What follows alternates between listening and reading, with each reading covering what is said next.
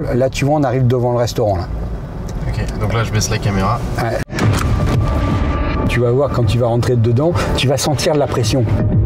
Tu es persuadé qu'on t'a repéré, alors qu'il faut être totalement serein. Il n'y a aucune raison pour qu'ils sachent pourquoi tu es là. Salut, j'espère que vous allez bien. Aujourd'hui, je vous emmène en mission avec un détective privé. Et oui, alors... Pourquoi? Parce que ça fait quelques semaines que je swipe et que je tombe sur des détectives privés qui racontent les backstage du métier, comment ça se passe. Je suis détective privé et aujourd'hui je vais vous raconter une filature que j'ai fait il y a quelques jours qui a duré 22 heures. Sur ces trois objets, l'un dissimule une caméra. C'est bien les clés, effectivement, apparaissent le port de charge et le port micro SD. Et il y en a un qui a bien voulu nous emmener direct sur un car en mission, là, comme ça.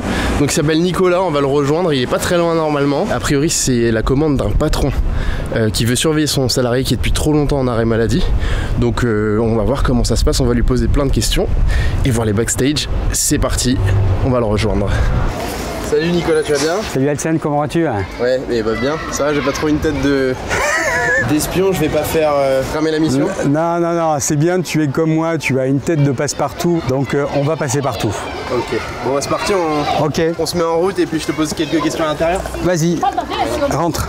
Donc là, nous allons en région parisienne, dans un restaurant. Notre client, en fait, c'est un patron d'un gros restaurant parisien. Son salarié est en arrêt depuis à peu près 3 ans. Et d'après les quelques indiscrétions qu'il a réussi à avoir, le salarié, a priori, travaillerait dans un autre restaurant. Non déclaré, évidemment, puisqu'il est toujours salarié de mon client. Donc là, l'objectif de la mission, ça va être d'aller sur place, de bien vérifier qu'il est à l'intérieur, est-ce qu'il travaille, quelle est sa fonction, est-ce qu'il est derrière le bar, est-ce qu'il est au service. Et comment tu vas faire pour prendre des photos ou vidéos discrètement là du coup? On n'a pas besoin, la photo elle est vraiment pour le client. Mais dans un rapport, nous notre rapport il est écrit. Les photos elles sont quelque part facultatives. Ah comment ça? Tu peux écrire une note comme quoi tu l'as bien vu à telle heure, tel jour et ça suffit? Oui, bien sûr, mais c'est le propre de l'agrément. L'écrit fait foi. Il faut avoir une carte de ce qu'on appelle une carte de détective privé, avec un agrément. Donc si on peut prendre des photos, tant mieux. Si on peut pas en prendre, tant pis. Qu'est-ce qui permet à un patron d'envoyer un espion sur son salarié pour l'espionner dans sa vie, dans son quotidien en fait? Est-ce qu'il a le droit de faire ça légalement? Bah bien sûr, puisque nous on peut le faire. En fait, si tu veux, ce que tu peux pas faire, tu peux pas surveiller un salarié, par exemple, bah, si jamais le samedi il joue au boule, il fait du foot, c'est sa vie privée. Le salarié il fait ce qu'il veut de sa vie privée. Sauf que là, ça concerne pas sa vie privée.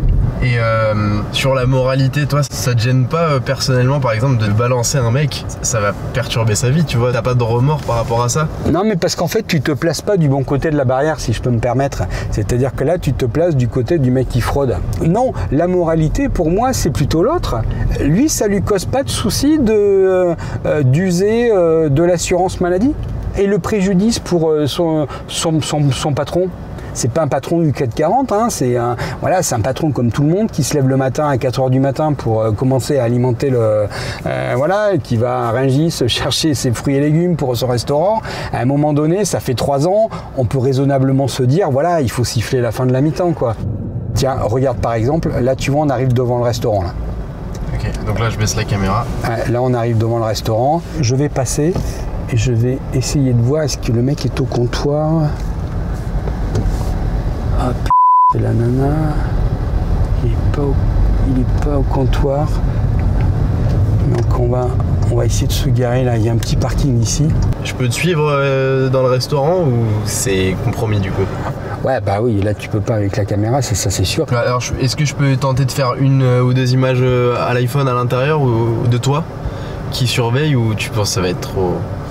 Il faut voir, tu verras, c'est il faut voir comment tu le sens.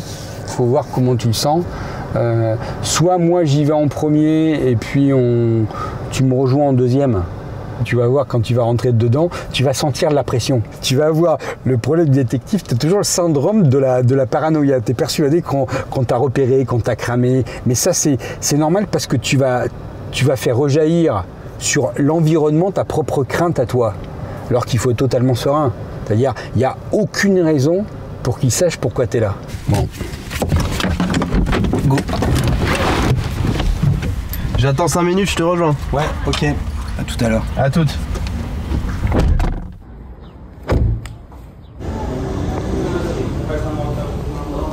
Salut, tu vas bien? On se fait la bise. Pardon? Ouais. Ok, donc là on a été dans le resto, ni vu ni connu, et le gars qui est censé y travailler frauduleusement n'y était pas. Du coup Nicolas, notre détective, a quand même pris des vidéos en caméra cachée à l'intérieur du bar, au cas où la cible serait là. On est allé dans un bar un peu plus loin, et il m'a montré sa technique pour filmer discrètement. Tout à l'heure, je suis rentré en étant au téléphone tout simplement parce que si jamais la cible était au comptoir, il faudrait que je la capte tout de suite. Je vais te démontrer ça. Bon, écoute, on fait ça comme ça. Moi, j'ai pas de souci avec ça. On essaye de voir. De toute manière, l'intérêt, si tu veux, c'est qu'on fasse ça. Ça, comme tu veux, comme tu veux. Moi, je peux pas te dire. Ok? Allez, ciao. Là, j'ai tout ce qu'il faut. Tu vois, j'étais là. J'ai le bar. Tu vois, j'ai le bar ici. Ça m'a pris 20 secondes. Maintenant, j'ai posé le téléphone, j'ai mes preuves, fin de l'histoire, je vais prendre un verre. Ça, évidemment, c'est dans le cas idéal quand la cible est là et qu'il a réussi à la voir. Sauf que là, il va devoir annoncer une mauvaise nouvelle à son client. Pas de résultat pour le moment. Oui, allô? Bonjour. Voilà, on a été dans le café, donc en fait, il n'était pas là. Pour moi, alors soit on est tombé sur le mauvais jour, ou soit effectivement, il occupe une fonction, une autre fonction à l'intérieur du bar. Peut-être en cuisine qu'on n'a pas vu, le matin à la préparation des repas. Pour moi, je vois plus que ce créneau-là maintenant. Est-ce que vous souhaitez quand même qu'on réessaye demain matin et qu'on, là pour le coup, on prenne un peu plus de risques, mais qu'on reste dans le café physiquement au moins 2-3 heures dans le café? Ok, on va essayer demain matin. Ouais. On essaye demain matin, puis je vous tiens au courant? Ouais, ça marche, on fait comme ça. Merci beaucoup, à demain en tout cas. Ok. Merci. Au revoir. C'est pas évident, hein? C'est pas évident. Donc on va réessayer demain et après on verra. Et pour l'instant, on baisse pas les bras, on continue.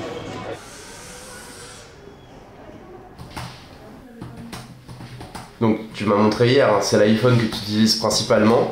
Mais est-ce que tu as d'autres outils de travail? Alors oui, on a d'autres accessoires. Par exemple, je t'ai ramené une petite caméra avec derrière un petit aimant, c'est-à-dire qu'on peut arriver à le poser n'importe où. Par exemple, tac, hop, je le posais contre un mur, et puis la caméra restait là, et puis moi j'étais à une quinzaine de mètres tranquillement en train de regarder ce que la caméra regardait. Je regardais ça sur mon téléphone.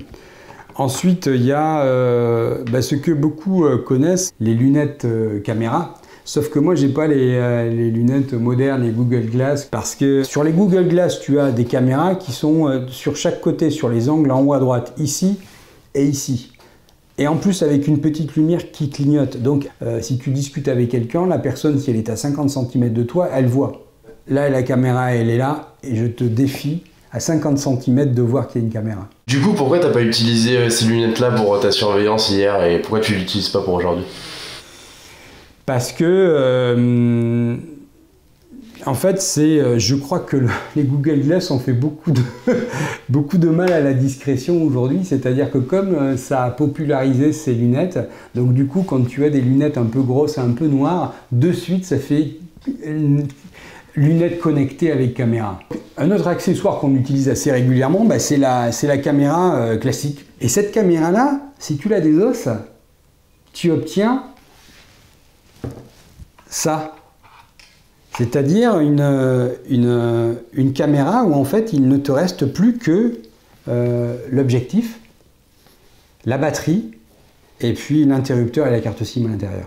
Ta caméra, tu vas la diriger, tu vas la mettre dans une boîte de mouchoirs par exemple, pour papier, ou entre deux bouquins de livres, et voilà, elle va te filmer la pièce de très bonne qualité. Là, même si c'est un accessoire très intéressant pour la mission où on va aller tout à l'heure, on va rester à l'iPhone car c'est l'outil aujourd'hui le plus simple et le plus efficace dans ce type de situation.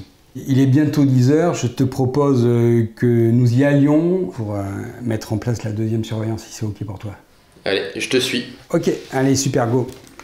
Donc cette fois-ci, on va essayer d'y rester un petit peu plus longtemps, entre 2 et 3 heures, pour essayer d'avoir une amplitude horaire assez large, pour bien couvrir toute la matinée jusqu'au repas, et on verra, même si on devra rester ou pas, manger sur place. On croise les doigts. Alors cette fois-ci, la cible était bien présente dans le restaurant. Nicolas est resté environ 1h30 pour le surveiller, mais visiblement, le gars ne travaillait pas. Alors ce qu'il a fait quand il est arrivé, on a vu qu'il a déchargé des packs d'eau, il y avait de la nourriture par cajot, donc il a aidé. En fait, au début, on s'est dit tiens, il y a une activité, et puis en fait non. Une fois que tout a été placé dans l'arrière-boutique, il s'est mis au comptoir, il a pris un café, il a un peu discuté, il est passé vite fait derrière le comptoir, mais rien de probant au niveau d'une autre activité. Après, il s'est installé en salle et puis il a joué le client classique. Donc voilà. Quelque part, c'est une bonne nouvelle, puisqu'il a pas, il n'est pas en train de bosser à côté, donc. Ouais, alors tu peux effectivement considérer que c'est une bonne nouvelle, mais pour le client, c'est pas une bonne nouvelle parce que même s'il travaille pas en dehors, au bout d'un moment, faut que la situation s'éclaircisse, faut qu'il ait plus sur ses effectifs pour pouvoir embaucher. En tout cas, c'est les faits. On peut aujourd'hui pas dire que son salarié travaille actuellement ailleurs que chez lui. Et voilà, c'est la fin de ce reportage, j'espère que vous avez bien apprécié. Si c'est le cas, n'hésitez pas à mettre un petit like, ça fait toujours plaisir. Un petit commentaire aussi pour me dire ce que vous en avez pensé. Mais surtout, abonnez-vous à la chaîne de Brut pour ne pas rater les prochains. Je vous dis à bientôt, salut!